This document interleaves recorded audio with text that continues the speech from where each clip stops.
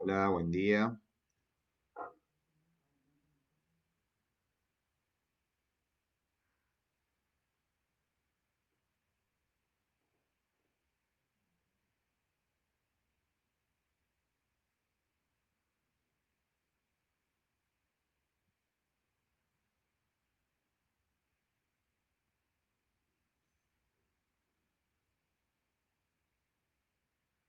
Bien, buenos días. Ahí estamos iniciando la transmisión correspondiente al día. Bien, hoy vamos a continuar con los teóricos correspondientes a las restauraciones en el sector anterior. Y hoy nuevamente nos va a estar acompañando el doctor Luis Sequeira, así que lo voy a convocar.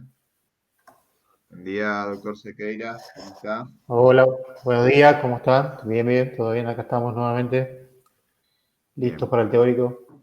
bueno, todo listo entonces para poder continuar. Vamos a seguir con las restauraciones en zona 2 y Perfecto. específicamente vamos a ver una muy particular que se da con mucha frecuencia, que es la que tiene una mayor extensión y que habitualmente nosotros nos referimos como zona 2.4, ¿verdad? Sí, sí, sí, exactamente. Bueno, doctor, ya están muchos de los alumnos en línea, así que le voy a pasar la transmisión. Si Bueno, quiere colocar la pantalla en full screen ahí va. y la- lo dejo.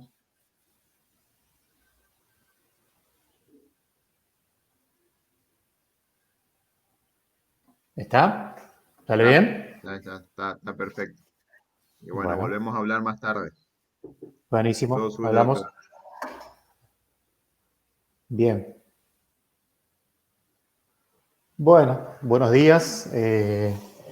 Nuevamente, aquí estamos otra vez para la clase teórica. La clase pasada, el martes pasado, hablamos de restauración del sector anterior, zona 2 de Mount, pero hablamos de la restauración proximal, estrictamente proximal, y ahora vamos a hablar de las que corresponden a cuando estas lesiones se acuerdan la clasificación de Mount, hablábamos 2.0, 2.1, 2.2, 2.3, y cuando ya hay un compromiso del ángulo incisal, la denominamos, o sea, de la clasificación de Mount, las extendidas, o grandes, y entonces ya hay un compromiso del ángulo. ¿eh? Eh, Habíamos visto ya en su momento el teórico respecto a lo que es la preparación cavitaria, así como el martes pasado hablamos de zona 3 restauración.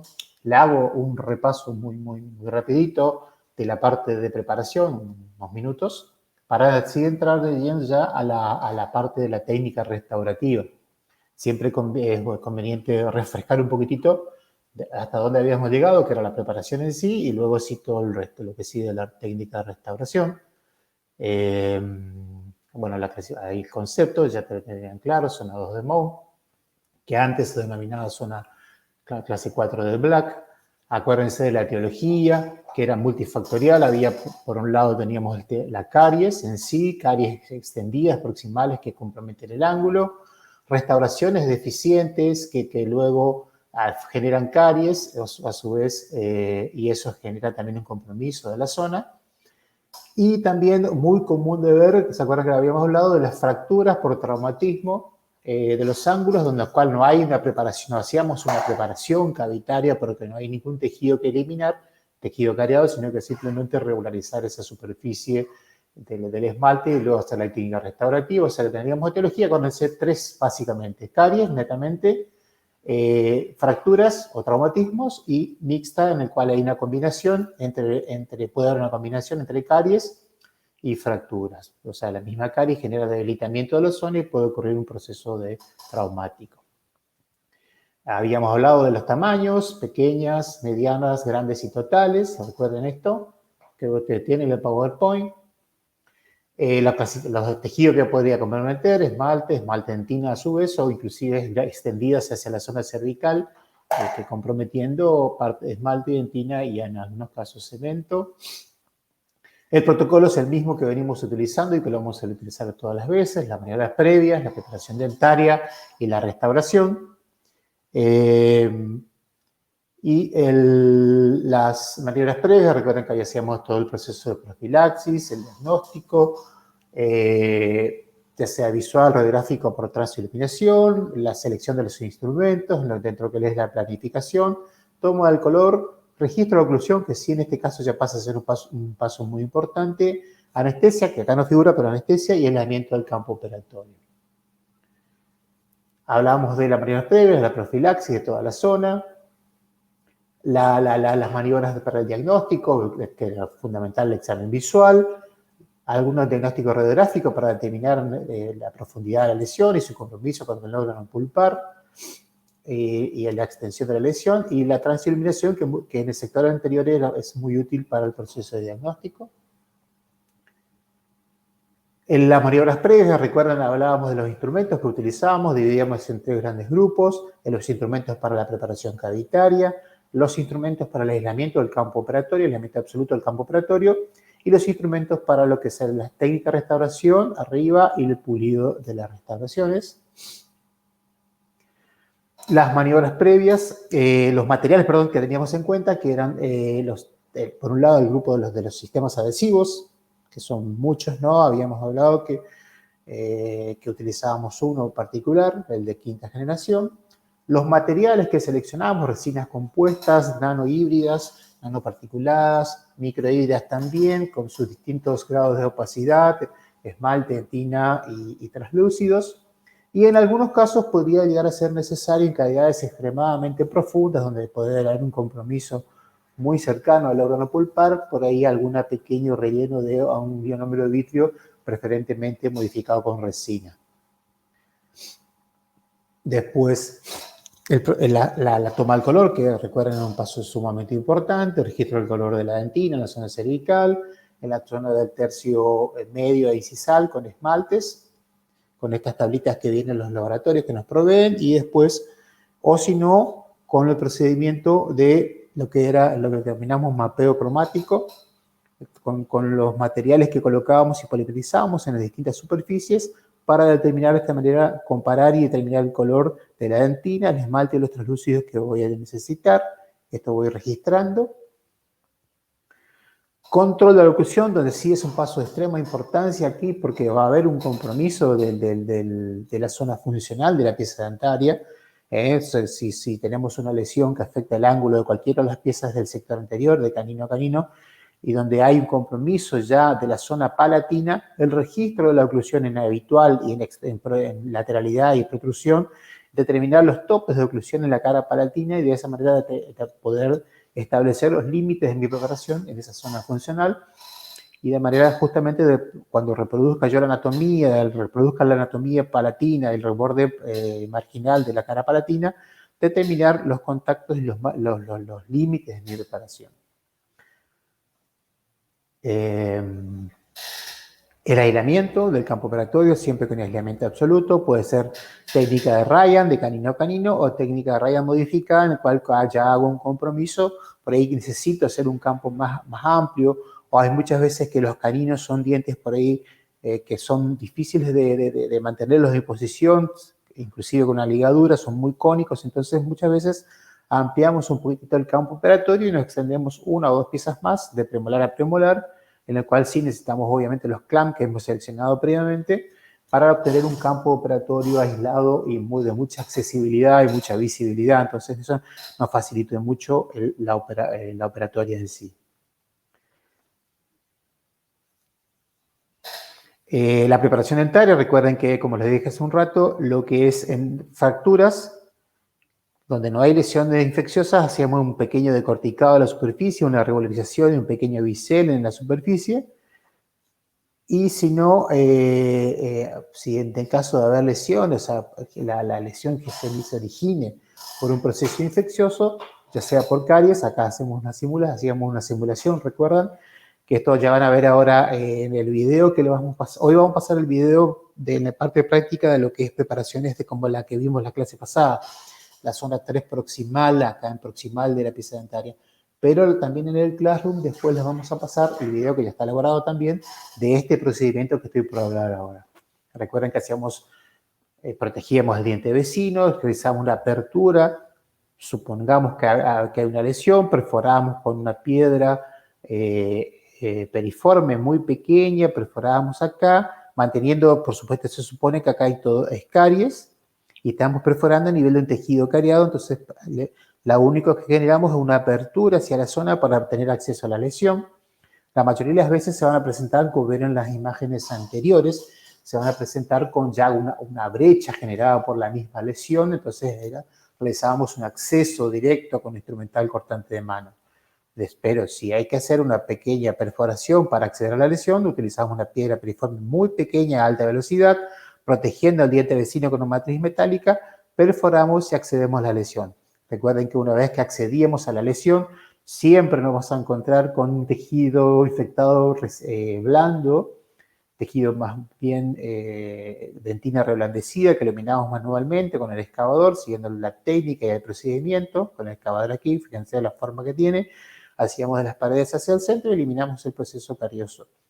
Una vez que esa dentina ofrece una resistencia, con una dentina infectada, pero ofrece una mayor resistencia y no nos permitía eliminar con el excavador, lo hacemos con fresas redondas a baja velocidad. Siempre a baja velocidad, con intermitencia, con refrigeración y lavando permanentemente para eliminar los detritos que se generaban a partir del proceso de eliminación de la caries. O sea que eliminamos la eliminación del tejido infectado, el tejido lesionado y conformación por avance de la lesión.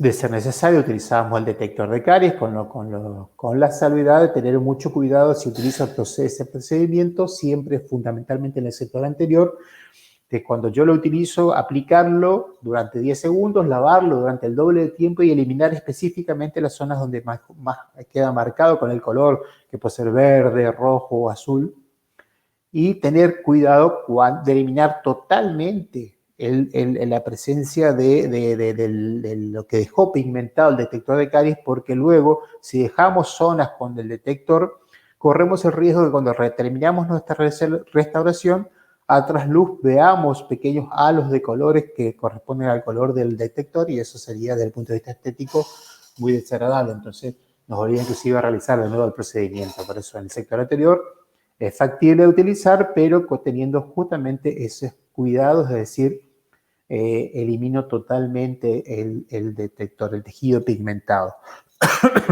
Una vez que el detector actuó, procedo a eliminar, si me ha pigmentado algunas zonas que todavía hay presencia de lesión. Elimino, voy limpiando permanentemente, procedo a realizar la regularización de los márgenes de la preparación de este ángulo cabo, se llama ángulo cabo superficial.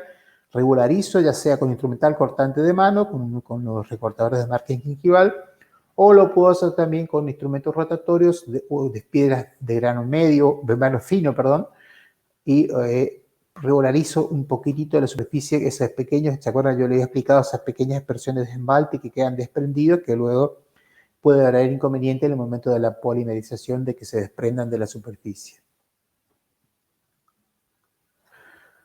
Una vez que teníamos ya hecha la terminación de la preparación dentro de lo que es el protocolo de la preparación dentaria, podemos hacer una maniobra en el sector anterior, en este tipo de preparación, donde hay un gran compromiso de tejido dentario, de lo que denominamos una maniobra que se llama, ¿te acuerdan? Bisel, que es un desgaste a expensas del ángulo cabo del esmalte, del ángulo cabo superficial, y básicamente hay varios tipos de bisel, pero nos manejamos con dos tipos de bisel.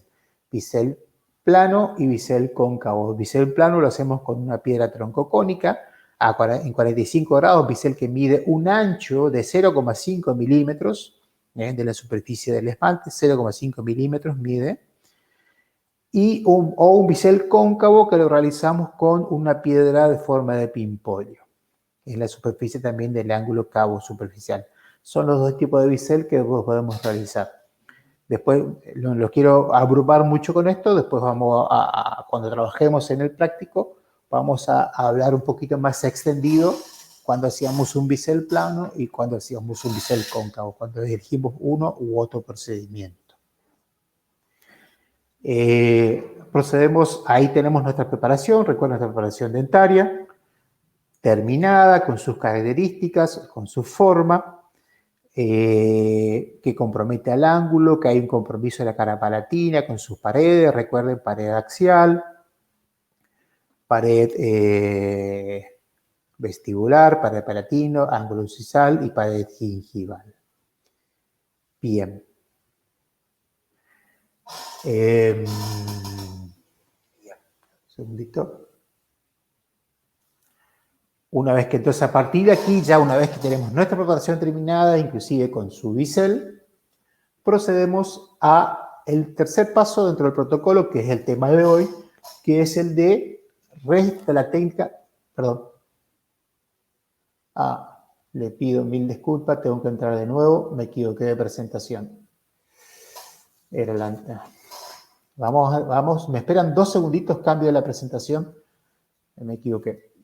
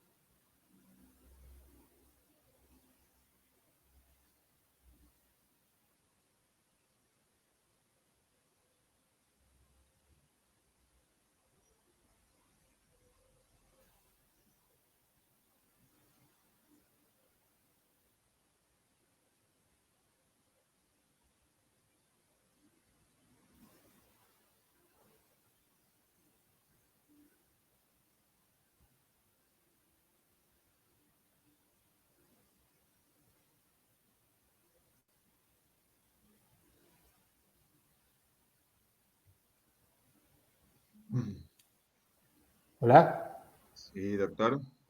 Sí, estoy Eh, cambiando la presentación porque me equivoqué del PowerPoint, ese que puse era el que tenía solo, me faltaba la parte de restauración.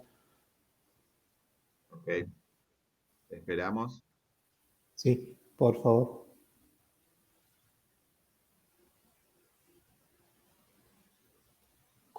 ¿Podemos cortar un poquito con los chicos si seguimos en 1 minuto? Lo que pasa es que estamos en el medio de